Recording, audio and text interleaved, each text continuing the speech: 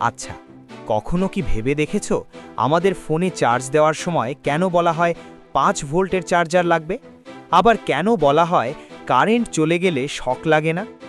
তাহলে প্রশ্ন হলো, ভোল্টেজ আর কারেন্ট কি একই জিনিস, নাকি এর পেছনে লুকিয়ে আছে অন্য কোনো রহস্য?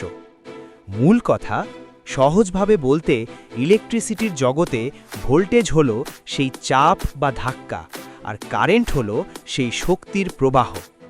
বিষয়টা একটু পরিষ্কার করতে চলো একটা পরিচিত উদাহরণ দেখি। বাস্তব উদাহরণ, পানির উদাহরণ। কল্পনা করো একটা পানির ট্যাঙ্কি, আর তার সাথে লাগানো একটা পাইপ দিয়ে 1 সেকেন্ডে যতটুকু পানি যাচ্ছে সেটাই হলো কারেন্ট। আর ট্যাঙ্কিটা যত ওপরে থাকবে, পানির চাপ বা ধাক্কা তত বেশি হবে। এই চাপের নামই হলো ভোল্টেজ। অর্থাৎ ভোল্টেজ যত বেশি, ইলেকট্রনগুলো তত জোরে ধাক্কা খেয়ে প্রবাহিত হবে। ভালো লাগলে লাইক ও ফলো করতে পারো।